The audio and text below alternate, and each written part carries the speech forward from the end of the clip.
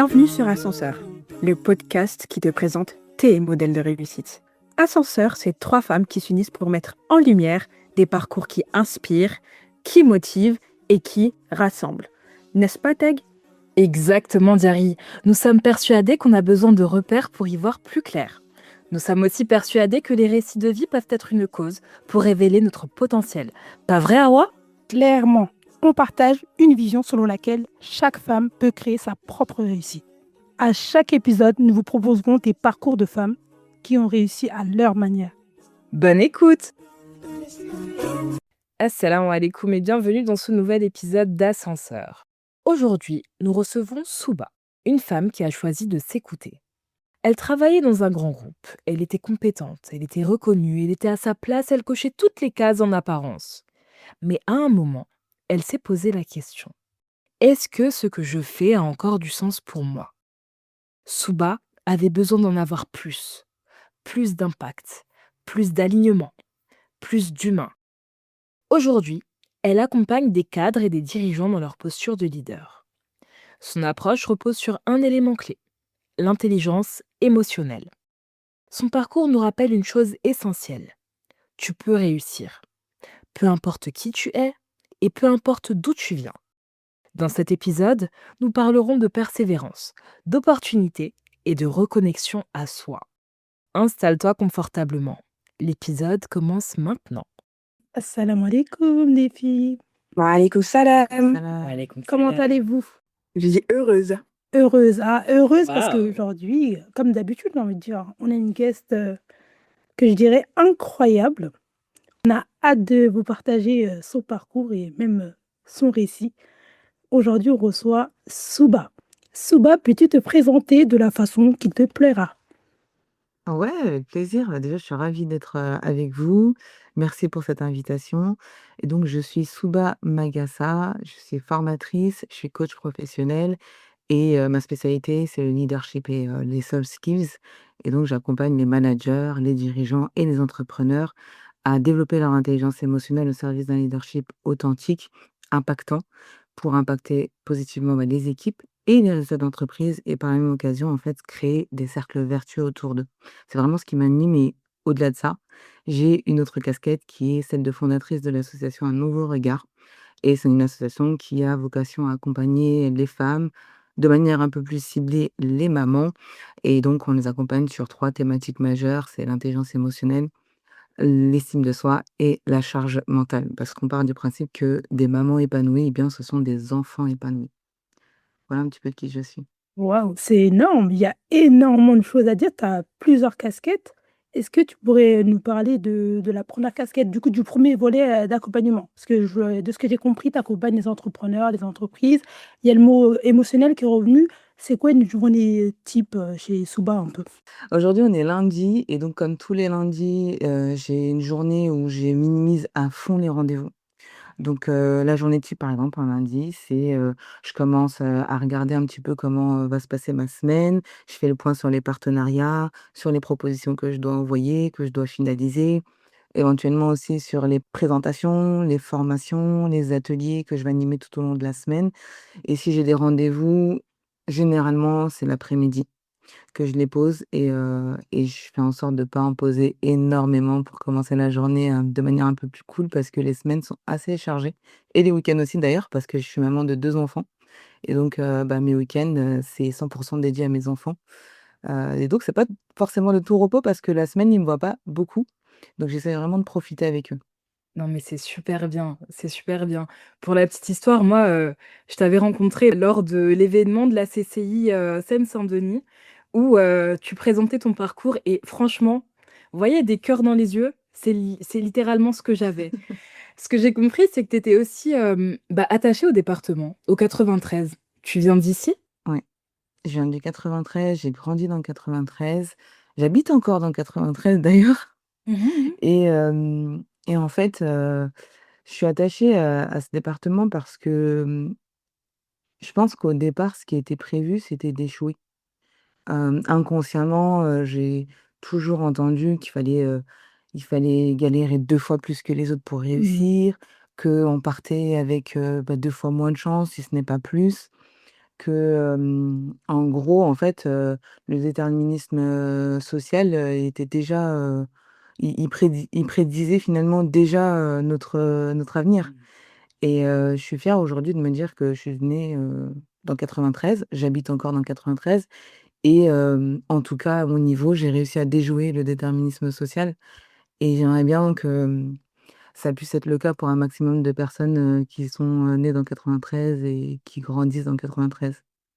Mais totalement. C'est Ouais. hyper puissant, c'est incroyable et comment tu en es arrivée à là, justement, à vouloir accompagner les gens? Je suppose que c'est pas venu, comme ça par hasard. Si tu peux un peu nous parler de ton parcours, justement, moi je suis hyper intriguée. Ah ouais? Mais effectivement, déjà pour commencer, moi je suis un peu la fille modèle, clairement on m'a dit qu'il fallait faire des études, j'ai fait des études, je suis allée jusqu'en master, master comptabilité et gestion. Donc du coup, ouais, j'ai fait tout ce qu'il fallait, en tout cas tout ce qu'on m'a dit qu'il fallait faire pour réussir. Donc concrètement les études, avoir des diplômes, avoir un bon travail, donc j'ai été, contrôleur de gestion pour commencer. Après j'ai évolué en tant que responsable administrative et financière et donc j'ai évolué au sein du groupe Orange pendant plus de 10 ans, peut-être 13-14 ans et entre-temps, je me suis octroyé une parenthèse pour travailler dans le milieu associatif et donc je me suis dit: «Bah, en fait, j'ai tout fait bien». J'avais un super salaire, j'avais une bonne situation, j'avais un travail plutôt intéressant, je travaillais avec des gens, qui, bah, venaient pas forcément du même milieu, faut dire la vérité. Donc quand j'arrivais, c'était un peu genre, «C'est qui cette fille? D'où elle vient?» et tout et en fait, au fur et à mesure, je me suis dit: «OK, tu fais tout bien, tu as un super taf, mais concrètement, tu fais ça parce qu'il faut le faire. Tu ne le fais pas parce que tu prends, les rênes de ta vie et parce que ça te fait kiffer et parce que tu te lèves tous les matins et que tu as vraiment du sens dans ce que tu fais». Et je pense que ça a été là le point de départ où je me suis dit: «OK, il serait peut-être temps que tu trouves, quelque chose qui te fasse vraiment kiffer» et ça c'est en plus ce sentiment de vouloir faire quelque chose qui me fait kiffer, c'est exacerbé après le décès de mon père en 2019 où là, paix à son âme, je me suis dit: «OK, il est plus là, la vie elle est vraiment courte donc fais quelque chose qui fait que tous les matins quand tu te lèves, tu es fière de ce que tu fais et tu es contente de te lever». Et c'est là que j'ai commencé un bilan de compétences et du coup, j'ai dit: «Allez, on va aller voir un petit peu, ce qu'il y a, Mmh. comme possibilité derrière». Incroyable. Je pense que tech, ça va lui parler, pardon, plus Ouais, qu'autre chose parce que c'est madame, je crois que le mot sens, il fait écho, bilan de compétences. Tech, je te donne la parole là. Non, mais je pense que ça, c'est vraiment les mots que j'utilise le plus chaque jour. Genre un travail qui a du sens et réaliser un bilan de compétences parce que je suis consultante, dans ce milieu-là. Il y a quelque chose qui me frappe, Souba, par rapport à ce que tu dis, c'est vraiment, tu as dit que quand tu étais dans ce grand groupe, mmh, quand tu travaillais, eh ben, tu étais autour de personnes qui venaient pas du même milieu. ouais. Comment est-ce qu'on fait pour s'adapter quand on vient pas finalement du même milieu que ces personnes-là? Comment est-ce qu'on fait quand on n'a pas forcément, genre, tous les codes? Comment est-ce que tu as «survécu» entre guillemets à tout ça? Je pense que, premièrement, j'ai eu la chance d'avoir une mère qui m'a toujours valorisée, qui m'a toujours, dit que j'avais, un potentiel et que je pouvais, faire tout ce que j'avais envie et pour toutes les personnes qui nous écoutent, j'ai envie de leur dire ceci: ne croyez pas qu'on va, vous donnez votre chance parce que vous pensez que vous la méritez ou parce que vous avez envie qu'on vous la donne. Au contraire, on va vous donner votre chance parce qu'en fait, vous vous intéressez sincèrement à ce qui se passe, parce que vous vous renseignez. Donc, je pense que ce qui m'a énormément aidée, c'est toujours cette curiosité de comprendre comment ça se passe, cette curiosité d'essayer de vraiment comprendre les codes, maîtriser les codes. Donc typiquement, j'allais au boulot, le matin quand j'avais un nouveau poste, en fait, j'utilisais le temps de trajet pour apprendre, donc je faisais exprès d'aller en transport en commun et en gros, je regardais, sur internet, des articles, je lisais plein de choses, sur les différents sujets. Je demandais aussi à des collègues s'ils pouvaient m'accorder du temps pendant la pause déjeuner pour répondre à certaines questions. Et de fil en aiguille, en fait, on m'a fait confiance parce que je comprenais de quoi on parlait, parce que je maîtrisais les codes, parce que je maîtrisais aussi mon sujet et du coup, j'étais beaucoup plus crédible que certaines personnes qui étaient là et qui faisaient le minimum. Donc je dirais que pour survivre, il faut maîtriser les codes Mmh. et si on les maîtrise pas, se donner les moyens de les maîtriser. C'est incroyable. Franchement, tu as dit quelque chose d'hyper vrai, en tout cas, surtout dans une société actuelle, de s'intéresser. Je trouve qu'aujourd'hui, en tout cas, moi, autour de moi, il y a énormément de personnes qui, comme tu l'as si justement dit, qui cochent les cases et qui ne s'intéressent pas, qui veulent juste le Ouais. salaire. Je vais au travail pour avoir juste ma rémunération et basta. Et Mmh. c'est là où ça fait toute la différence quand tu t'intéresses, tu intéressé et on te fait confiance parce que C'est comme ça. tu l'as dit, tu maîtrises, tu es curieuse, tu vas, t'as pas peur d'apprendre. Ça, je pense, c'est important de le dire. Et je pense que c'est aussi une question d'éducation. Hem, on nous a pas forcément appris à être curieux. On nous a pas forcément appris, à apprendre, tout simplement. Moi, je vois avec mes enfants, apprendre, c'est tout un processus et se faire confiance, en fait, que, aujourd'hui je sais pas et si jamais, je me donne les moyens, je vais comprendre et donc je vais maîtriser et je dis ça parce que moi, j'ai le souvenir que quand j'étais petite, j'aimais bien écrire, j'aimais bien lire, je passais beaucoup de temps à la bibliothèque et c'est pas la majorité des cas, des personnes, qui sont nées, au sein d'un quartier populaire, en tout cas qui ont grandi dans un quartier populaire et la curiosité, elle commence déjà à l'enfance. Donc je pense qu'on nous a pas vraiment appris ça. Donc c'est pas parce qu'on n'a pas appris non plus que c'est perdu, au contraire, c'est quelque chose qu'on peut cultiver en commençant déjà dans des domaines, qui nous font kiffer, qu'on aime bien et en je pense en essayant de faire évoluer ça à d'autres domaines. Ouais, mais bon, tu sais, j'ai l'impression, moi, Souba, que cette curiosité, elle se perd. Tu sais, des fois, par exemple, il y a juste un mot que tu connais pas, on n'a pas le réflexe. En tout cas, avant, on avait les dictionnaires, je sais pas si vous avez reçu quand Ouais. vous étiez plus jeune, les dicos, là, c'était géniaux. Mais là, les gens, ils connaissent pas un mot, un métier, quelque chose, ils vont pas chercher la définition. Je trouve ça assez dommage, pardon. Non, mais ce que je trouve encore plus grave, c'est que ce qui est vraiment à l'honneur, c'est le fake it until you make it. C'est vraiment, en fait, tu te concentres plus sur la posture, sur le fait et tout de ressembler à, plutôt que du fait vraiment d'intégrer la notion. Et ça, je trouve que c'est très grave et très dangereux. Ouais, mais alors je suis hyper, hyper, hyper, hyper d'accord parce qu'effectivement le fameux fake it until you make it, c'est, je pense Mm. un abus qui fait croire aux gens que, il suffit juste d'avoir la posture. Heu, mais alors que non, il y a aussi une forte question d'intégrité. D'ailleurs, c'est ce que je partage, hein, quand j'accompagne les managers, les dirigeants, les entrepreneurs. C'est vraiment cette intégrité qui va faire que derrière, les gens vont avoir confiance, les gens vont se dire: «OK, la personne est crédible». Donc, OK, fake it until you make it, c'est super, mais, quand est-ce qu'il vient le make it? Donc, je pense que c'est ça qu'il faut pas perdre de vue.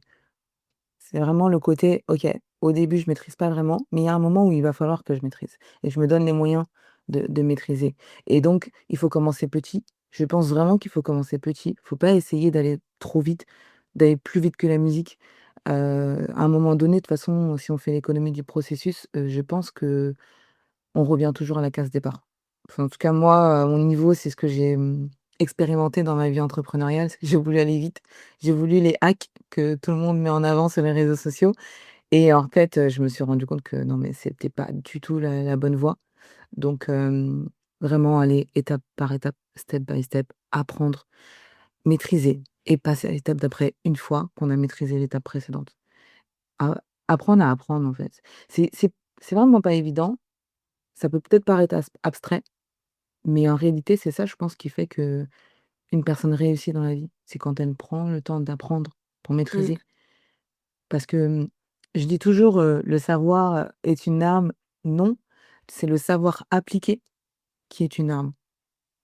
Donc tu peux Mmh. savoir des choses, avoir l'impression que tu connais des choses, mais en réalité, si ces choses-là, tu les as pas appliquées, si ces choses-là, elles sont pas assimilées, maîtrisées, tu pas dans ta pleine puissance. Clairement, mais il y a quelque chose qui m'interpelle, dans tout ça, dans notre capacité à s'adapter, de faire les caméléons comme on aime dire, c'est que au final, je sais pas si ça vous arrive, au bout d'un moment, on se perd. On ne sait même plus qui on est, à force de, toujours, devoir se camoufler, au travail, à la maison, avec ceci et quand est-ce qu'on est nous?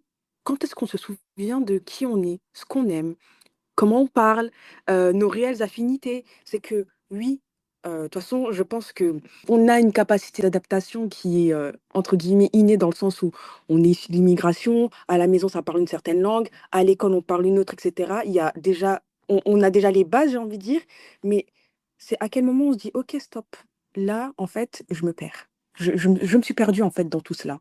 C'est très bien, je veux l'ascension, j'ai besoin, c'est nécessaire de connaître les codes, pardon, mais en fait, à quel moment je redeviens la personne que je suis de base?» Et tu vois, tu avais dit un truc intéressant, Souba, c'est que tu avais dit: «Tu as fait ce qu'il fallait pour réussir». Pas pour ta réussite, mais pour réussir. Et moi, ma question, c'était selon qui? Selon quel standard? Selon quel, alignement de planète tu t'es dit: «Je dois suivre cette voie» et pas la tienne, celle qui était au fond de toi? Alors, je vais répondre d'abord à la première question. À quel moment on est vraiment nous-mêmes? À quel moment on ose être vraiment nous-mêmes? Moi, je pense que c'est à partir du moment où on est courageux. Je pense que c'est pas si évident d'être soi-même, d'être authentique et ça demande beaucoup de courage. Mais ça demande aussi beaucoup de connaissance de soi. Ça demande de se connaître, de s'observer et des fois, voilà, par rapport aux injonctions de la société, de la famille, heu, par rapport aux injonctions aussi au niveau du système éducatif, on a l'impression qu'il faut être comme ci ou comme ça et forcément, au bout d'un moment, on s'égare de qui on est et revenir à soi, revenir à son authenticité, ça demande du courage d'oser, se positionner quand finalement, ce qu'on pense s'inscrit pas dans, j'allais dire, la conscience collective. Donc 1 chose, ouais, ça demande du courage. C'est à partir du moment où on a du courage et on a vraiment la volonté d'être soi, en dépit de ce que tous les autres pensent, disent, qu'on peut vraiment s'autoriser à être soi-même. Et la deuxième chose, c'est que, en fait, moi, ma réussite, enfin la réussite, je pense jusqu'à ce que je décide de quitter Orange, c'était plutôt la réussite selon les codes, je pense, parentaux. Clairement, ma mère, et mon père, ils ont quitté un pays, ils sont partis de zéro, ils se sont donné les moyens pour qu'on puisse, avoir une vie différente de la leur. Mieux, je pense. Ils ont voulu nous offrir mieux et donc pour eux, nous offrir mieux, c'est, avoir, la possibilité de choisir ce que tu as envie de faire. C'est d'être mieux payé, c'est d'avoir, des responsabilités et du coup, bah, j'ai fait ça. Moi, j'ai dit: «Allez, go, on va faire ce qu'il faut, comme ça les parents seront fiers, comme ça les parents, n'auront pas pris tous ces risques pour rien» et en fait, je me suis un petit peu trompée parce que quand j'ai décidé de quitter Orange, en fait, ma mère, elle m'a jamais dit: «Beh non, il faut un CDI, faut que tu restes en sécurité». Au contraire, non, elle m'a dit: «Allez go, fais ce qui te fait kiffer. Moi, je suis derrière toi, je te soutiens». Mais je pense que c'est pas tout le monde qui a cette chance-là. Faut se dire la vérité. Donc la première phase jusqu'à mes 32, 33 ans, ça a été une phase où je me suis inscrite dans la réussite que je pensais qu'on attendait de moi et je pensais que mes parents attendaient de moi.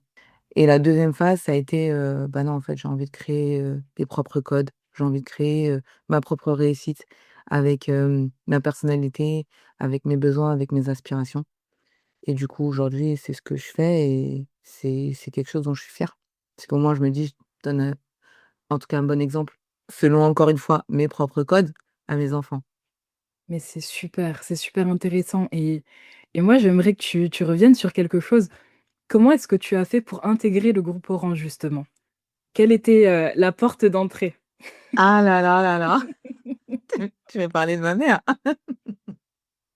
La porte d'entrée chez Orange, en fait, c'est ma mère. Ma mère, elle était femme de ménage et en fait, elle travaillait, bah, dans les locaux d'Orange et un jour, elle a ouvert la porte du directeur de gestion, sans savoir que c'était une directeur de gestion d'ailleurs et elle a dit: «S'il vous plaît, ma fille, elle cherche un stage en comptabilité» et elle a demandé est-ce que, ben, on pouvait m'aider. Et le directeur de gestion, comme ils appréciaient beaucoup ma mère, parce que c'est quelqu'un, moi je dis toujours: «Ma mère, c'est la meilleure femme du monde, c'est la meilleure femme du monde, mais c'est aussi la meilleure femme de ménage du monde», parce que c'est quelqu'un qui est pleine de sourires. C'est quelqu'un qui veut vraiment faire en sorte que les personnes qui évoluent dans les bureaux, dans lesquels elle intervient, soient dans les meilleures conditions. Donc elle prête vraiment soin, elle prêtait parce que maintenant elle est à la retraite, elle prenait un grand soin à ce que les collaborateurs soient dans les meilleures dispositions possibles pour travailler. Qu'elle arrivait avec le sourire, elle nettoyait super bien, elle demandait comment les gens allaient et cetera et c'est là où je me suis dit: «Mais en fait, il y a pas de sous-métier, c'est incroyable». Ils étaient super contents de la voir et tout, ils prenaient le temps d'échanger avec elle, de demander comment elle allait. Je me souviens quand on allait travailler avec elle, pendant les vacances scolaires, hem, je voyais et je me disais: «Mais en fait, c'est un truc de fou quand même, ma mère elle est connue et tout». J'étais hyper fière et donc en fait, quand elle a demandé à Laurent, qui était donc, la personne avec qui j'ai été amenée à travailler par la suite, s'il pouvait m'aider, il lui a donné sa carte et quand elle est rentrée le soir, elle m'a dit: «Souba, j'ai demandé, si on pouvait t'aider, je sais pas, on m'a donné ça, est-ce que c'est bien?» Et elle me tend la carte et là, je la regarde avec les yeux médusés et je lui dis: «Mais maman, mais c'est génial!» Elle me dit: «Ah ouais», elle me dit: «Bah, il faut que tu appelles le monsieur, il est gentil, hein. Franchement, il est super gentil», elle me dit. J'ai dit: «Ouais, ouais, je vais l'appeler» et donc je l'appelle le lendemain pour lui dire: «Voilà, je suis la fille de madame, untel et donc je suis à la recherche d'une alternance, c'est pour savoir si, c'est possible d'avoir un entretien avec vous» et j'avais laissé un message et puis, j'avais pas été contactée avant 3 semaines. Donc moi, je m'étais dit: «C'est bon, c'est mort, et bah, ils vont pas me calculer». C'était juste pour faire bien qu'ils ont donné la carte et au final, non. 3 semaines après, Laurent m'a contacté, m'a proposé un entretien. Évidemment, cet entretien, je l'ai préparé vraiment, comme il faut, et parce que je pense que j'ai vraiment préparé, j'étais hyper, hyper motivée. Il m'a dit: «OK, on vous prend» et c'est comme ça qu'en fait, j'ai intégré le groupe.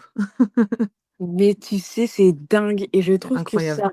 ça, c'est vraiment typique de nos mamans. Je pense que ma mère aurait été capable de faire la même chose. Je trouve Ouais. qu'elles ont une facilité, subhanallah, Ah ouais d'aller demander quand elles et ont ouais, besoin d'aide, quand elles ont besoin de ressources. c'est Enfin, je ça. prends mon exemple à un moment, Ouais, au lycée, je sais qu'il y avait besoin de compléments d'aide et tout, et cetera. Et ma mère, avec son français, le peu de bagages qu'elle a, elle a réussi, elle s'est démenée pour trouver, bah, la réponse à mes besoins, vous voyez? Et ça, je trouve que nous, on le perd un peu. On est trop en mode, self-made.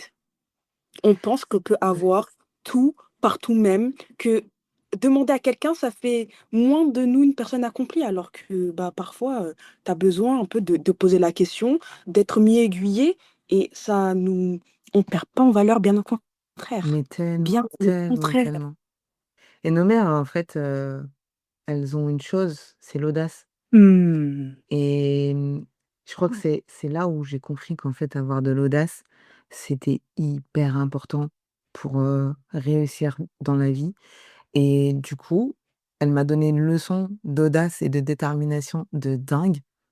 En tout cas, je me suis évertuée à maintenir ça, à le reproduire, même encore aujourd'hui dans ma vie et ouais, si elle avait pas fait preuve d'audace, j'aurais pas eu cette chance, je pense et je me dis: «Si tu fais pas preuve d'audace, Souba, il y a peut-être des opportunités qui vont te passer sous le nez, Mmh. donc vas-y, quoi». Même si effectivement, soit il y a la peur, en fait, du rejet. On va pas demander parce qu'en fait, on a peur d'être rejeté, on a peur de pas avoir l'aide dont on a besoin et cetera. Ou soit effectivement, on va pas demander par fierté ou par orgueil, c'est plus de l'orgueil que de la fierté pour le coup, et du coup, bah, en fait, on perd du temps et même potentiellement de l'argent, surtout dans l'entrepreneuriat. On réussit pas seul, c'est pas vrai. Non, mais je suis entièrement d'accord avec vous sur le fait de savoir s'entourer et puis même de se dire que, chaque personne autour de nous est capable de nous apporter quelque chose Ouais. qu'on ne soupçonnerait même pas. Donc là, ce qu'avec l'exemple de ta mère, c'est hyper puissant et c'est juste incroyable, j'ai envie d'applaudir. C'est magnifique, franchement. Ah, tu peux, hein, elle Non, le c'est beau, mérite. c'est trop beau. Comme quoi ça a été une cause de ton entrée à Orange et Ouais. tu as fait 10 ans et je pense que ça t'a aussi consolidé, ça t'a donné des les bagages pour aujourd'hui peut-être, enfin une partie, je sais pas, te lancer et pouvoir accompagner du monde, donc je trouve ça hyper fort. Ouais, c'est clair. Franchement, travailler chez Orange, ça a été pour moi une grande, grande chance parce qu'en fait, ça m'a donné de la structure. Ça m'a donné aussi le goût de l'excellence. Chez Orange, je veux dire, tu fais pas le minimum syndical. On te pousse vraiment à donner le meilleur de toi et donc ça m'a donné vraiment le goût de l'excellence. Ça m'a appris les codes de l'entreprise. C'est pour ça qu'aujourd'hui, je peux accompagner des managers et des dirigeants. Donc ça m'a vraiment, aidée à, m'intégrer dans un milieu où au final, au début, bah, on t'attend pas forcément, à te dire: «En fait, j'ai ma place peu importe où», tu vois? J'ai ma place. Je suis pas plus belle qu'un autre, qu'une autre, même si effectivement, quand je suis arrivée au début, il y avait certaines personnes qui disaient: «Ah la petite du 9-3». Ouh! Et en fait, je me souviens, j'avais pas relevé, mais intérieurement, je me disais: «Tu vas voir la petite du 9-3, de quoi elle est capable». Et du coup, ça m'avait galvanisée de dingue. Je m'étais dit: «En fait, on va me respecter». Mais bien sûr, il faut. Et donc ouais, ouais, ouais, ça a été une grande chance de bosser, chez Orange. Et c'est une chance, du coup, qui me sert, chaque jour, hein. Et d'avoir eu le mentor que j'ai eu, qui m'a donné ma chance, qui m'a suivi, qui m'a, tout appris de ce que je sais de la finance, qui m'a, tout appris également du leadership. Je pense que c'est vraiment la base. C'était quelqu'un qui était très intègre, qui respectait ses engagements. Mon directeur à l'époque, il m'a vraiment montré l'exemple. Il respectait toujours ses engagements. Quand il donnait sa parole, il la tenait. C'était quelqu'un de très pointilleux, de très fiable dans ce qu'il faisait, dans ce qu'il produisait. Et je me suis beaucoup inspirée de lui et c'est ce que aujourd'hui j'essaie de transmettre au maximum. Mais c'est super intéressant. Tu as passé donc 10 années là-bas, 10 années chez Orange, 10 années où ce qui était attendu, c'était vraiment quand même une excellence au niveau du travail. Est-ce que c'était à ce moment-là que tu es devenue maman? Et comment est-ce que tu as fait pour justement maintenir, cet équilibre, entre les exigences professionnelles et bah, finalement le métier de maman? Parce qu'on peut dire que c'est un métier. C'est clair. Ah ouais, ouais, c'est un vrai métier. D'ailleurs, je crois que c'est mon premier métier, en fait. Je le mets au début, quand je me suis présentée, je ne l'ai pas dit, mais en réalité, mon premier boulot, c'est vraiment d'être maman. Et en fait, non, j'ai pas eu mon premier fils, chez Orange. Je me suis fait je me suis octroyé une parenthèse chez Orange. Donc je suis partie du groupe, je suis allée travailler dans le monde associatif et c'est quand je suis allée travailler dans le monde associatif que, je suis tombée enceinte de mon premier fils. Et d'ailleurs, ça a été hyper, hyper, hyper chaud. Parce que le monde associatif, contrairement au groupe Mmh. Orange, il y a pas les mêmes moyens. Il y a pas du tout les mêmes moyens. Quand je dis les mêmes moyens, c'est en termes d'outils, c'est financier, c'est organisationnel.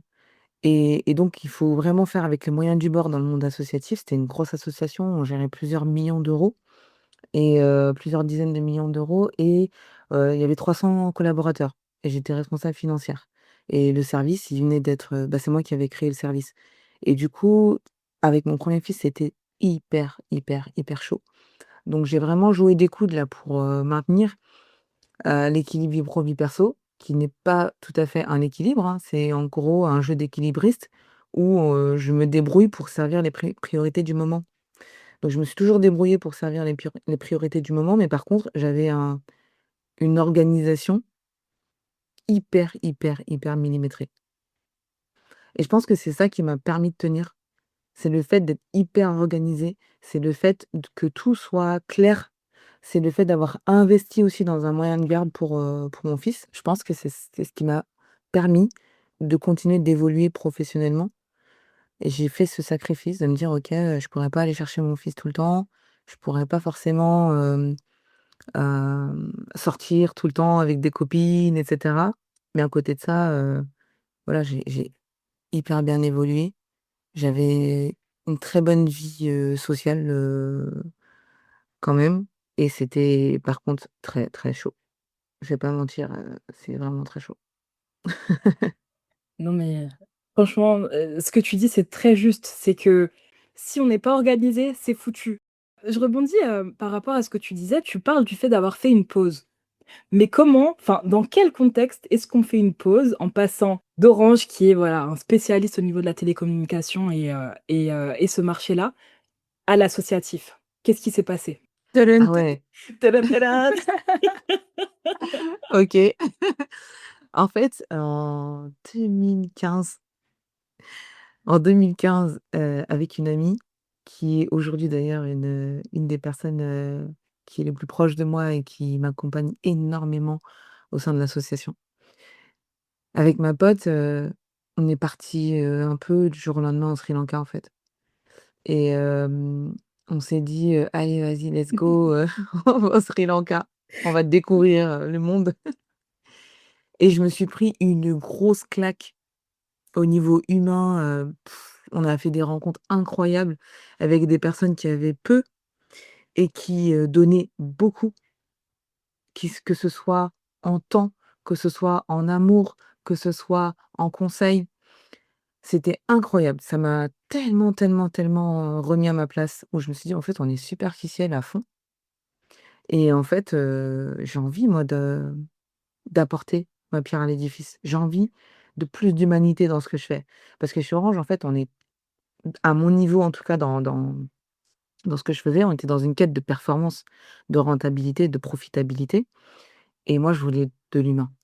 Donc quand je suis revenue, après le Sri Lanka, ce qui s'est passé, c'est que, le responsable que j'avais à l'époque, il jouait des coudes parce qu'il voulait, me garder, il voulait me proposer quelque chose de plus intéressant et cetera et j'avais dit: «Non, non, non, c'est bon, te donne pas cette peine, j'ai envie de faire autre chose et tout» et j'avais créé une association et j'avais demandé à une personne de m'aider, tu vois? Comme quoi, on se fait pas tout seul, il faut, savoir s'entourer et tout et cette personne-là, à qui j'avais, demandé de l'aide, m'a demandé: «Mais qu'est-ce que tu fais?» et elle m'avait vu grandir cette femme, en fait et elle m'a dit: «Mais qu'est-ce que tu fais aujourd'hui?» et je lui ai expliqué c'était quoi mon métier de RAF et cetera et elle me dit: «Ah mais ça me parle et je connais une association qui cherche, une personne qui pour un poste qui est similaire à ce que tu me décris» et ça s'est trouvé qu'en fait, ce jour-là et ben, en fait, j'avais un CV. Mais je sais même pas pourquoi j'avais un CV, mais j'avais un CV et je lui ai dit: «Ah mais j'ai un CV, si tu veux, je te le laisse». Elle m'a dit: «Ah bah, oui, oui, laisse-moi ton CV» et donc je laisse mon CV et 3 semaines après, je suis contactée par la directrice régionale de l'association que j'ai intégrée par la suite et donc ça a été l'aventure, associative où j'ai quitté Orange, je dis: «Allez les gars, ciao». Ils m'ont dit: «Mais tu es folle, tu vas dans une association, tu seras moins payée». Bah non, j'étais un peu mieux payée. Et ils m'ont dit: «Tu seras moins payé, tu vas galérer, c'est pas la même chose qu'ici» et cetera. J'ai dit: «Oh mais j'ai envie de tenter» et du coup j'ai tenté. Ça a duré 4 ans. Ouais, ouais et c'était vraiment un truc de fou cette association, j'ai tellement appris sur moi, sur, le lien avec les gens. C'était, une association en fait, d'insertion par l'activité économique. Donc on accompagnait les personnes qui sont, éloignées de l'emploi et en fait, il y avait des personnes qui venaient de Syrie, qui par exemple étaient, médecins en Syrie et quand elles arrivaient en fait en France, elles avaient tout perdu. Donc elles devaient reprendre à zéro et c'était une grosse, grosse claque pour moi. Oh, je suis revenue à l'humilité là, vraiment dans cette aventure et je suis très reconnaissante d'avoir pu vivre ça. D'ailleurs, je suis toujours en contact avec eux et ponctuellement, je suis amenée à les aider, sur des sujets et cetera. Parce que quand je suis arrivée, ils étaient, dans une situation financière très, très, très délicate et moi, mon challenge, ça a été de créer le service financier et de redresser la situation financière.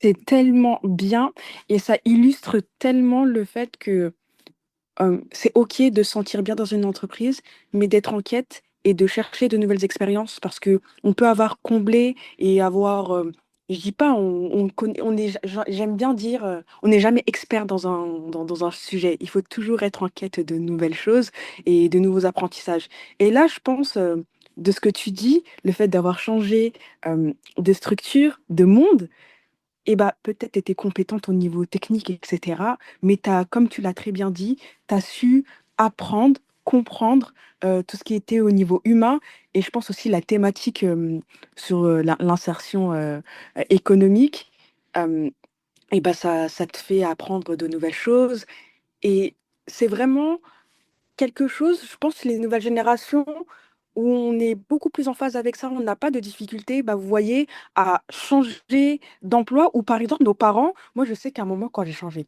de travail, mon père il était: «Mais, tu pars encore? Mais ça fait pas sérieux». Il avait peur un peu pour, la stabilité, vous voyez?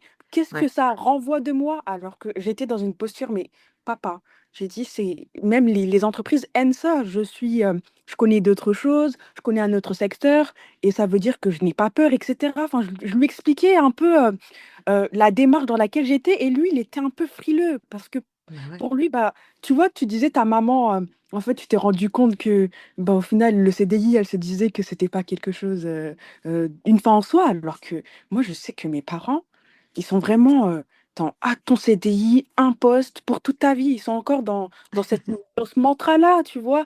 Et c'est vrai que parfois, c'est un peu, déconcertant quand tu dois leur dire: «Bon, j'ai trouvé un nouveau taf» ou bien «Je me lance dans un nouveau truc». Tu es un peu: «Bon, comment ça va se passer cette discussion?» Elle va être un peu délicate, mais elle est nécessaire.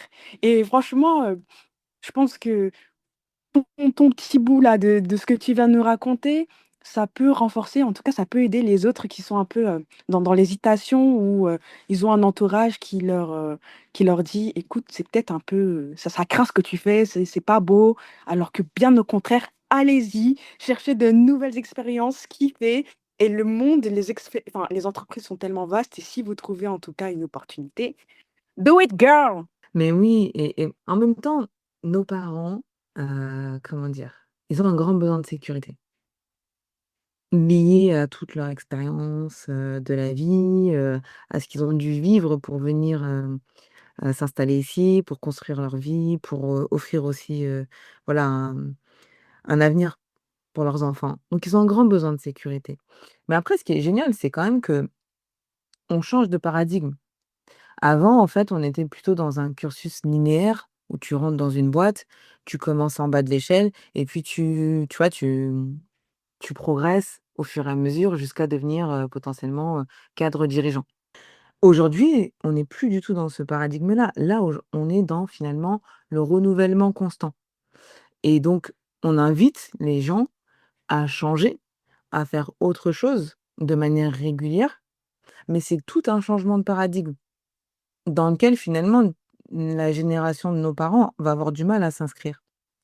Donc c'est un peu nous qui allons, amener cette nouvelle dynamique, qui allons amener nos parents à comprendre que c'est pas, de la folie, que c'est pas de l'insouciance, mais que c'est aujourd'hui un nouveau paradigme et c'est comme ça finalement que le monde, évolue.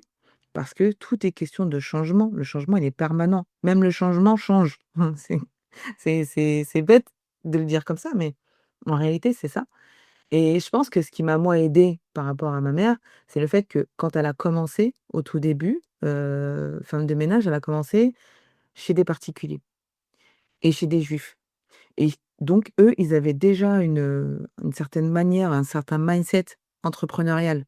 Donc elle a vu comment ça se passait et cetera et elle a vu qu'en fait, ils réussissaient très, très bien. Donc elle avait déjà finalement cette connaissance de l'entrepreneuriat, à travers les personnes avec lesquelles elle avait commencé et donc je pense que ça a participé de, tu vois, son évolution, au niveau mindset, de sa volonté de s'intégrer, de comprendre comment les choses se passent, d'être très curieuse, de se renseigner et cetera. Mais c'est pas tous les parents qui ont cette vision-là. Pour autant, je pense que voilà, chacun fait du mieux qu'il peut, mais aujourd'hui, je suis clairement, d'accord avec toi, Jerry, on est dans un changement de paradigme de dingue. Les jeunes, ils ont beaucoup plus confiance en eux, ils ont beaucoup plus foi dans ce qu'ils sont capables de faire et en réalité, pour avoir une apprentie, de 19 ans dans mon équipe, ils sont bluffants. Quand tu leur laisses la chance, franchement, ils t'apprennent des choses de dingue et ils sont hyper créatifs, ils ont pas peur de tenter des choses et c'est là, je trouve que on peut justement, réussir. C'est quand tu as pas peur de tenter des choses.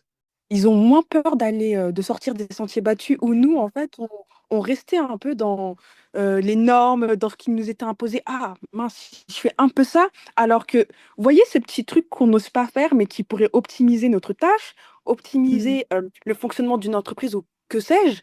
Et ben on n'ose pas, alors que eux ils vont dire: «Bah, écoute, bah, c'est simple». Ils vont nous montrer: «Ah ouais, truc de dingue» et je trouve que c'est ça qui est bien. Alors peut-être qu'on est la génération qui fait un peu la transition entre ceux, au-dessus de nous et ceux, qui arrivent et je trouve que c'est beau. Zari, je rejoins totalement ce qu'elle dit quand elle dit qu'on fait un peu l'entre-deux entre cette génération-là, en tout cas celle de nos parents, et les plus jeunes.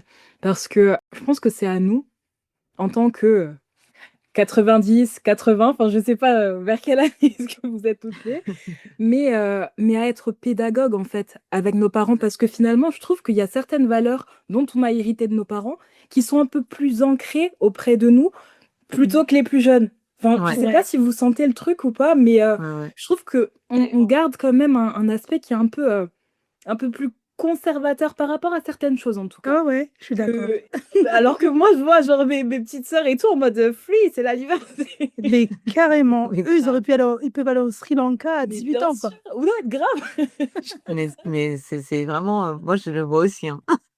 C'est trop bien et comme tu l'as dit, Souba, ils sont créatifs, enfin, en tout cas de ce que je vois.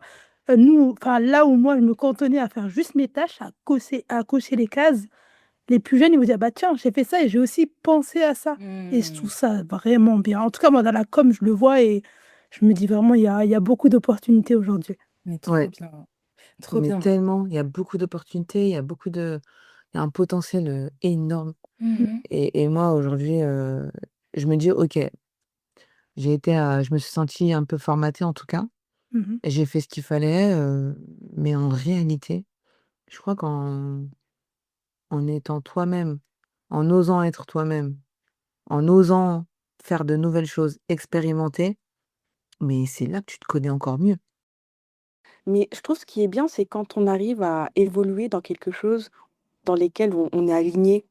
Ça veut dire que même si au final, oui, l'emploi que j'occupe, c'est pas l'emploi de mes rêves, mais j'aime ce que je fais, j'ai une conscience professionnelle et je crois qu'on en avait déjà parlé avec les filles dans ce j'aime bien quand même mon travail, j'ai envie d'être un bon employé, je veux être un bon cadre, j'aime bien, je veux faire du bon travail.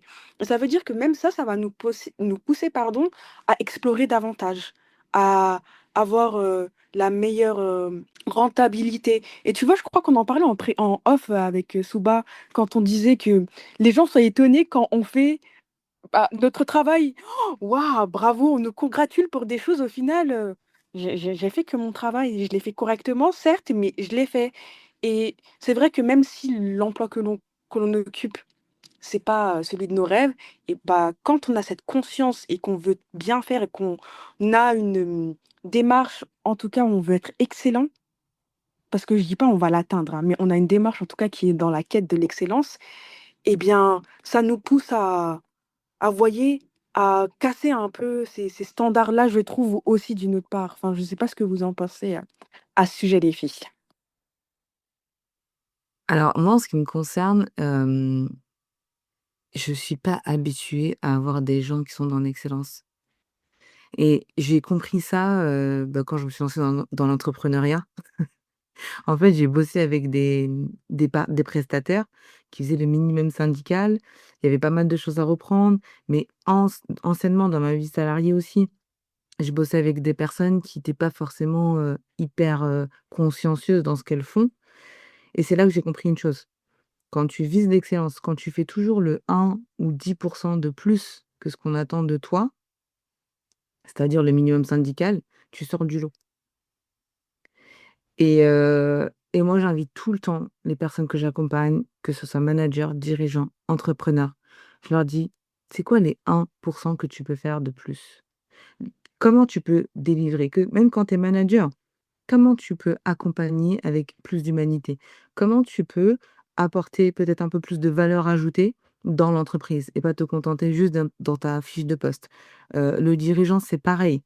Quelle valeur ajoutée tu peux apporter supplémentaire par rapport à ce qu'on t'a demandé?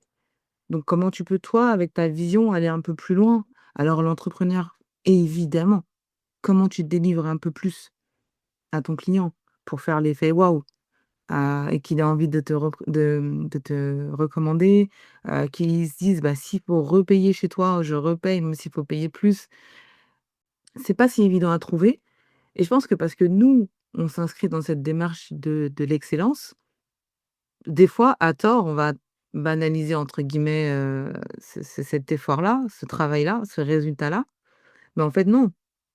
Non, non, il est vraiment, au-dessus de la moyenne. Et j'en veux pour preuve, tout ce que je viens de citer et encore la semaine dernière, j'étais, en train d'animer un séminaire Et les gens sont venus me voir en me disant: Mais c'est extraordinaire» et moi, je m'étais dit: «Mais non, mais ça va, quoi» et en réalité, je me dis: «Mais non, s'ils disent ça, c'est que eux dans leur référentiel, ils ont peut-être quelque chose qui finalement est plutôt basique». Là où moi, en tout cas, j'ai toujours fait cet effort de dire: «Mais comment je peux aller plus loin? Comment je peux faire pour que la personne qui est venue, qui a payé, qui a pris du temps, se dise: "J'ai bien, j'ai bien dépensé" entre guillemets ou «j'ai bien investi» plutôt, je préfère ce mot-là. Vas-y, j'ai bien investi mon temps et mon argent». Je suis obsédée par ça. Mmh, ça me parle tellement. Non, mais vous avez soulevé un sujet qui, dès que tu fais le minimum, enfin, le minimum syndical plus, comme tu as dit, un petit pourcentage, les gens sont étonnés. On en parlait en off, quand tu disais le fait d'être ponctuel. Tu Le fait raison. d'être à l'heure, on avait une discussion sur ça choque les gens. «Ah, tu es à l'heure?»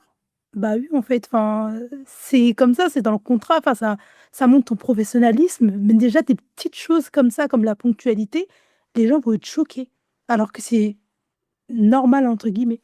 Et ouais, c'est Mais exactement ça. grave, je suis tellement d'accord et en plus, les éléments que tu viens d'ajouter, Souba, ils peuvent même être applicables dans la vie, de tous les jours, au-delà de l'aspect travail.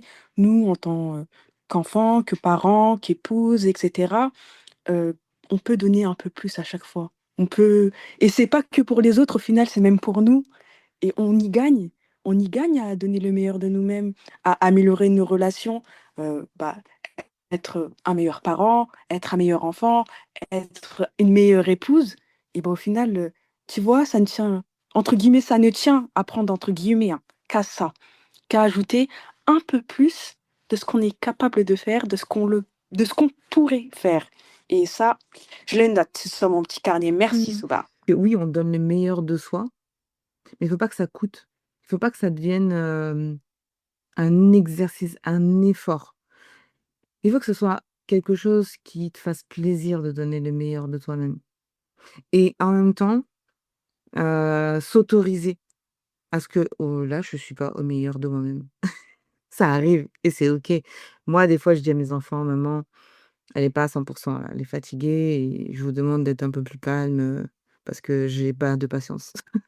Donc c'est important, je pense, d'avoir cette nuance, de se dire: «OK, je fais toujours en sorte de donner le meilleur de moi-même, mais je suis tout à fait OK avec le fait qu'il y a des jours où je serai pas au top de moi-même» et ça fait partie aussi, du propre de l'humain, tu vois? Donc c'est important, je pense, de nuancer parce que ça permet aussi de déculpabiliser. Toi, est-ce que tu penses que c'est possible pour tout le monde de donner, toujours le meilleur de soi-même ou il y a un gros exercice à faire? Justement, ça vient compléter ce que j'étais en train de dire. Je pense que c'est une question aussi de personnalité, tu vois? Et peut-être aussi de sens. Si ça fait sens de donner le meilleur, alors tu donneras le meilleur. Si c'est motivant, si derrière, il y a quelque chose qui te fait kiffer, tu donneras le meilleur de toi-même. S'il y a pas vraiment de sens, je vois pas vraiment le truc que la personne va le levier que la personne va aller actionner pour donner le meilleur de soi-même. Et puis après, il y a aussi une question de personnalité, ça, c'est ce qu'on appelle les drivers et des comportements qu'on a mis en place. Moi, j'ai un driver soit parfait, qui est quand même assez important, faut le dire. Mais comme j'essaie de faire en sorte d'être en conscience à chaque fois dans ce que je fais, je mets ce driver soit parfait au service de ce qui est important et de ce qui vaut le coup. Donc je vais pas être en soi parfait tout le temps. Moins avec mes enfants, par exemple. Mais par contre, dans le boulot, oui, j'ai un driver soit parfait assez poussé. Parce que voilà, je suis comme ça, je me suis construite de cette manière-là, je suis toujours en train d'essayer de maximiser les choses, de faire bien et cetera. Donc un aspect un peu plus, personnalité et il y a le sens. Véritablement, s'il y en a, ouais, tu donnes le meilleur. Tu fais peut-être même Mmh. plus. Ouais, carrément. Mais super intéressant et on voit en tout cas par ton discours, Souba, que vraiment la connaissance de soi, c'est ton dada. Parce que il y a pas n'importe qui va venir et qui va se poser et te dire que: «Ouais, mon driver, c'est celui-ci». Genre je le connais, j'en prends conscience et je sais À quel moment est-ce que, je vais l'enclencher? Je reviens par rapport à ton parcours, parce que tu disais que tu as travaillé du coup pendant 4 ans au sein de cette association, que finalement, c'était peut-être la recherche de sens qui t'a mené justement à Ouais. ce poste-là. Est-ce que tu as trouvé ce que tu cherchais là-bas? Ouais. Je cherchais un rapport authentique à l'être humain, à la base. Et là-bas, j'ai été servie. J'ai été servie parce que, déjà, j'allais sur le terrain parfois. J'allais voir les salariés en insertion. Ils me disaient: «Mais qu'est-ce que vous faites là, madame?» Je disais: «Bah, je viens vous voir, je viens vous rencontrer, je viens échanger avec vous» et j'ai appris beaucoup de choses, justement sur, la vie que certaines personnes avaient à l'étranger, sur, les valeurs, sur, l'intégrité, l'engagement, les difficultés de la vie. J'ai appris beaucoup de choses à ce niveau-là, même si au bout de 4 ans, j'ai quitté l'association, je suis retournée au sein du groupe Orange du coup et c'était un bon concours de circonstances. Mon 1er directeur, avait besoin d'une personne dans son équipe.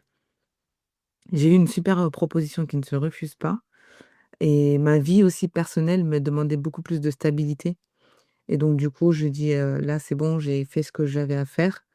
Je pense que l'expérience Orange, était nécessaire parce qu'au final, c'est tout ce qui m'a permis de faire tout ce que j'avais à faire au sein de l'association. Clairement, cette expérience Orange, je l'ai mise, à contribution au sein de l'association. J'ai apporté tout ce que je pouvais au niveau de mes connaissances, au niveau des outils et cetera et après je suis partie. J'ai fait ce que j'avais à faire, je suis partie, je suis retournée chez Orange, mais je suis pas restée super longtemps finalement chez Orange parce que j'étais, 100 animée par cette quête de l'humain, du rapport authentique à l'humain. Donc du coup, au bout de 3 ans, je pense que c'est au bout de 3 ans que je suis repartie sur je suis que j'étais retournée au sein du groupe, que j'ai entamé le bilan de compétences, quelque chose comme OK. ça. Même pas, 2 ans. En tout cas, c'est rare d'avoir des personnes qui, pardon, qui dénigrent pas les enfin, pas forcément les grands groupes. Ah! Moi, je fais partie des personnes, quand je forme, quand j'accompagne les managers, les dirigeants, je fais partie des personnes qui expliquent à quel point soigner le off-boarding des collaborateurs, c'est hyper important. D'ailleurs, il y a même une notion, Mmh. qui est sortie il y a pas très longtemps de collaborateur boomerang. Donc moi, je suis finalement un collaborateur boomerang parce que j'ai quitté la société et je suis retournée dans la société. Mmh. Donc je pense que si on dénigre pas, c'est parce que justement le offboarding est tellement bien soigné, on se quitte en de bons termes, on fait en sorte que ça se passe bien, à la fois pour l'entreprise et pour le collaborateur. Même Pierre Gattaz, qui est un des anciens présidents du MEDEF, qui avait donné une interview une fois, avait dit quelque chose qui m'a beaucoup interpellée, c'est: «En tant que, dirigeant, je fais vraiment attention à ce que, mes collaborateurs soient dans les meilleures conditions possibles Mmh. quand ils travaillent au sein de l'entreprise, mais je fais d'autant plus attention à ce que mes collaborateurs qui quittent l'entreprise trouvent quelque chose et donc soient employables. C'est Je vraiment pense que c'est vraiment important. bien. Franchement, je suis carrément même étonnée parce que, après, est-ce que je fais une fausse généralité? C'est pas un discours que l'on a en général ou que les DRH ou autres ont et c'est pas, qu'ils s'en fichent, mais vraiment, que tu partes ou que tu restes, peu importe les conditions et bah, c'est pas leur problème. Leur problème, en fait, c'est que tu sois efficace, que tu sois performante, que tu leur rapportes quelque chose et j'aime bien, cette, bah, ce que tu as dit de partir, de manière clean pour, te dire: «En fait, je n'ai pas peur de revenir» parce que sur une de mes expériences pro, c'est exactement ce qui m'est arrivé. Je suis partie Ah ouais. parce que je me suis dit: «Écoutez, j'ai pas envie de me retrouver sur LinkedIn, faire des grands posts, 35 pour dire, ouais, quitter les entreprises toxiques, ou de ne pas garder un bon souvenir de mon travail» parce que j'aime dire que moi je travaille pour le plaisir. Et quand le plaisir, il n'est plus présent, et ben je n'ai pas de difficulté de prendre mes clics et mes claques et partir, vraiment. Mmh. Parce que je sais que je suis au seuil de rupture et de se lever tous les matins, de traîner, de plus avoir de bons rapports avec ses collègues, ses supérieurs, et cetera. Est-ce que ça en vaut la peine au final? Je trouve que non, je trouve, que non et bah, au final, quand je suis partie à ce moment-là, bah, c'est vrai que c'est resté dans le: «Ah bah, si tu as besoin, t'inquiète, viens chercher ta lettre de motivation» ou «On te regrette d'être parti» et je me dis: «Bah, au final, c'est pas plus mal». Parce que je pense que un peu plus et on serait du côté obscur de la force où: «Oh là là, c'était plus possible. Oh, elle faisait que de se plaindre, on n'en pouvait plus» et cetera. Mais et c'est vrai, en fait, on se dit que c'est rien au final. Des fois, on attend toujours le point de rupture pour s'en aller. Alors j'ai envie de bah, un petit conseil, n'attendez pas, en fait et j'ai l'impression que ça permet un peu d'entretenir le bon rapport qu'on a au travail, vous voyez? Faut pas que c'est vrai que c'est nécessaire pour certains, que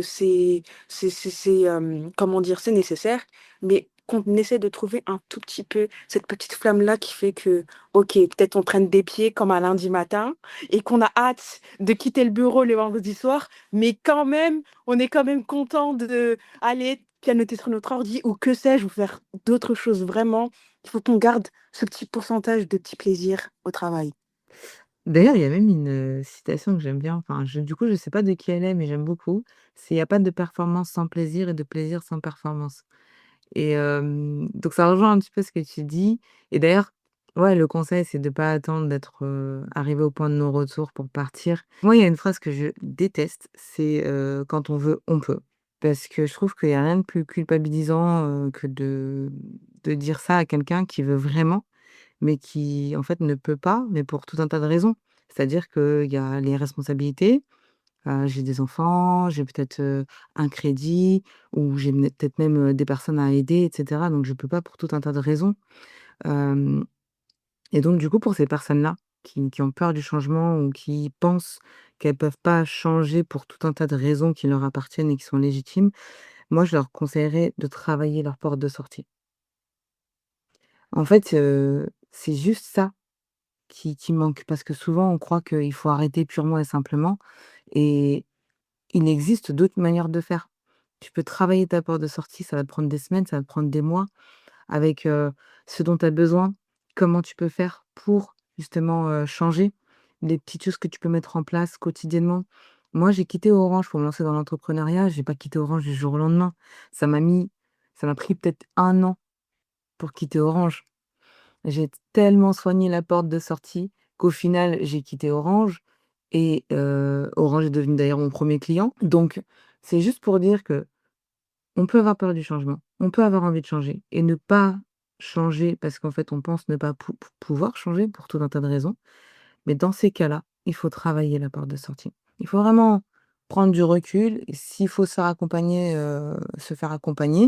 et prendre ce recul, prendre de la hauteur même pour dire: «OK, bah, comment je peux organiser ce changement sur un certain temps pour pouvoir partir en fait, et faire autre chose». Mais totalement, j'ai l'impression que tu viens de définir ce que c'est un bilan de compétences, donc sache qu'on va rebondir tout de suite dessus, sur ton bilan et sur l'expérience que tu en as eue parce que finalement, c'est ça. Tu peux pas tout quitter comme ça et te dire: «Ouais, c'est bon, je deviens entrepreneur». Là, comme tu l'as évoqué, ce qui est important, déjà, c'est d'avoir de la connaissance. Finalement, par rapport à ce qui Ouais. est autour de toi, comment est-ce que tu sais comment, réaliser ta reconversion si tu ne sais pas quelle formation réaliser? Si tu sais pas combien de temps ça va te prendre? Si tu ne sais pas si tu as la capacité ou non de conserver ton salaire? Enfin, tu vois, c'est vraiment des choses, C'est ça. en tant que personne, on a vraiment besoin d'être rassuré sur tout ça et c'est seulement à partir du moment où tu es rassuré, à partir du moment où tu as ton plan concret que tu peux dire: «Allez, let's go, c'est bon, maintenant je vais faire le Mmh. pas et on y va». Et d'ailleurs, je me permets de te poser la question. Alors, ce bilan de compétences, qu'est-ce qu'il a changé en toi? Bah, 1er truc qui m'a frappé, c'est, en fait, je m'étais pas rendu compte de tout ce que j'avais réalisé et ce bilan de compétences, il m'a permis de vraiment prendre du recul sur tout mon parcours. Je crois que j'ai fait un truc, je me rappelle plus trop comment ça s'appelle, mais c'était un exercice où je devais, c'est un parcours de vie, c'est quelque chose comme ça, en tout cas qui s'en rapproche et en gros, bah, depuis toute petite, j'ai dû retracer, en fait, tout ce que j'ai fait dans ma vie et je me suis dit: «Waouh, j'ai fait tout ça!» Donc ça a été vraiment une grosse claque, pour moi, parce que je me suis dit: «En fait, j'ai fait plein de choses. Il y a plein de choses dont je peux être fière». Donc j'ai recommencé à connecter avec la confiance en soi. C'était vraiment chouette. C'était un sentiment que j'ai vraiment kiffé. Et la deuxième chose, ça a été que, en fait, il y a pas mal de métiers qui sont ressortis dans le cadre de l'accompagnement. Mais moi, le clou, ça a été de faire des interviews. J'ai dû, aussi mener des interviews auprès de professionnels en activité pour comprendre un petit peu comment ça se passe, comment ils ont fait pour en arriver là, quelles sont les études qu'ils ont dû mener et cetera, qu'ils ont dû suivre. Et ça, c'était hyper chouette parce que je me suis dit: «Mais en fait, si on se donne les moyens, on peut y arriver, quoi. C'est pas si difficile» et là, je me suis rendu compte que la plupart du temps, quand on n'ose pas faire quelque chose, c'est parce qu'on manque d'informations. Alors moi, j'ai envie de dire ceci: si vous avez envie de faire quelque chose, vous avez un super projet, quelque chose qui vous fait rêver et qu'à chaque fois vous dites: «Je sais pas, on verra plus tard» et cetera. Souvent, c'est parce que en fait, on manque d'informations, donc c'est de l'évitement émotionnel. On a peur. Renseigne-toi. Renseignez-vous, essayez d'aller voir, de quoi il en retourne, poser des questions à des gens qui l'ont déjà fait et la plupart du temps déjà ça nous permet de gagner en assurance. Donc moi, ça m'a vraiment aidé à ce niveau-là, le bilan de compétences et à la fin, j'ai fait: «OK, ben, c'est bon, je sais ce que je vais faire. Je sais comment je vais faire pour faire ce que je vais faire».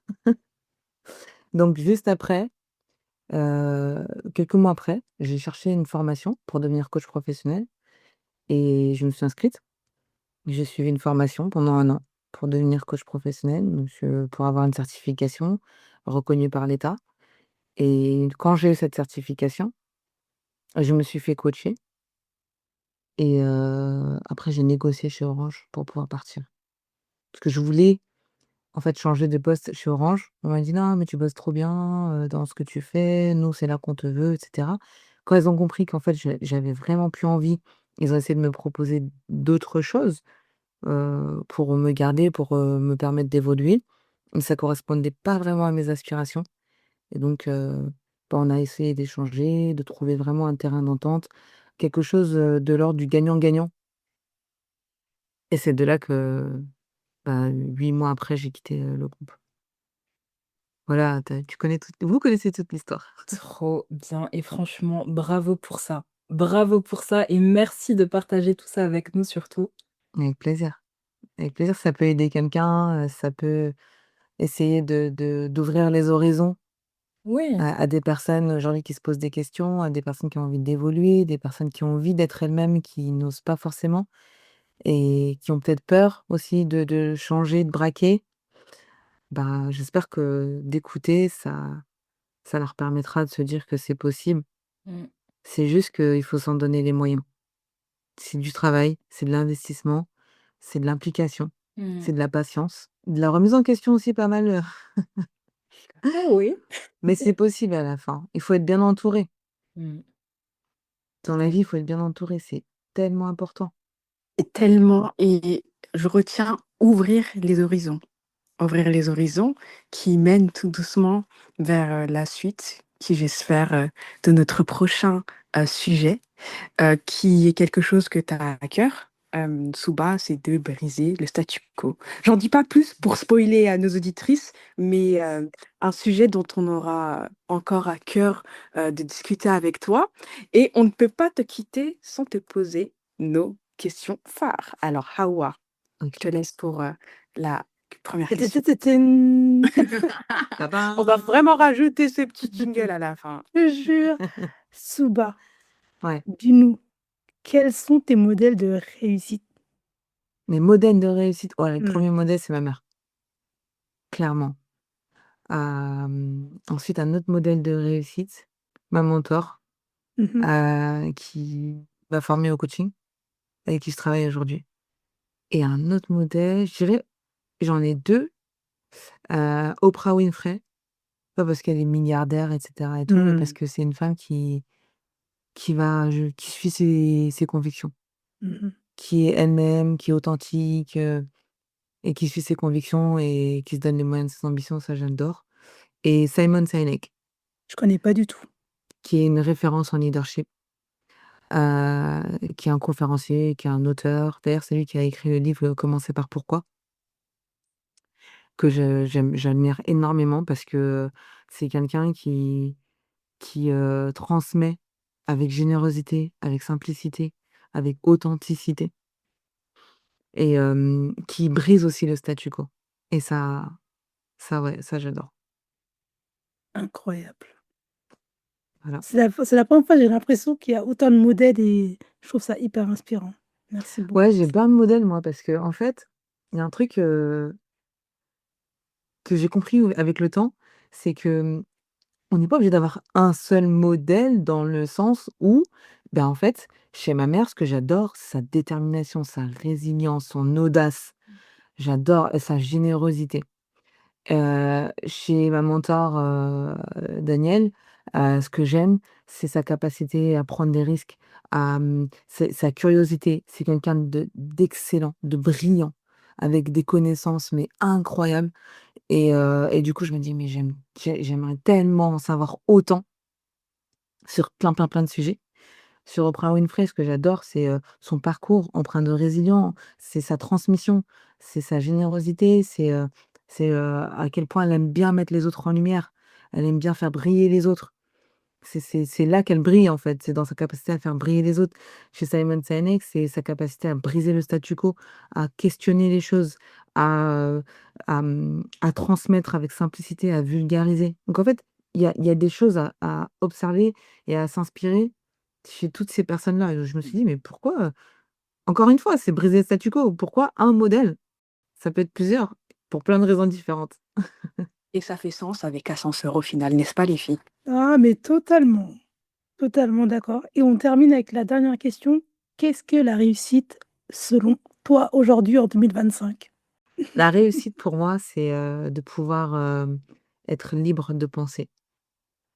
Je veux être libre de penser, je veux être libre de faire mes choix professionnels, personnels, de me lever le matin en me disant: «J'adore ce que je fais, j'adore ma vie, j'ai envie de transmettre et je transmets, mais de la manière qui, m'anime». C'est également, pour moi la réussite de me dire, «J'ai fait ce qu'il faut pour que demain si je quitte cette terre, mes enfants, ils soient à l'abri». On peut applaudir? C'est Dommage, magnifique. il était bloqué, enfin il était coupé quand il y avait le «waouh», quand tu as dit être libre de penser. C'est vraiment quelque Ouais. chose, C'est Carrie? ah mais je crois que j'avais dit moi dans l'épisode 00 que la définition de ma réussite, c'était d'être libre. Donc vraiment je ça fait tellement écho et ça fait sens, pour moi. Merci Souba. Ouais, Mmh. avec plaisir, C'était vraiment. tellement enrichissant. Merci beaucoup. Bah, c'est moi qui vous remercie. J'ai passé un moment, vraiment, vraiment, vraiment agréable et je suis très, très honorée d'avoir passé ce moment avec vous et j'espère que les personnes qui vont écouter cet épisode prendront autant de plaisir à l'écouter que j'en ai pris à l'enregistrer avec vous, et à partager toutes ces choses, toutes ces pépites avec vous. J'ai aucun doute là-dessus personnellement. Pareil. Super. Super. Merci beaucoup, Soba. Merci. Nous espérons que cet épisode vous aura plu. N'hésitez pas à nous laisser un avis sur votre plateforme d'écoute préférée. Et n'oubliez pas de nous suivre sur nos réseaux sociaux.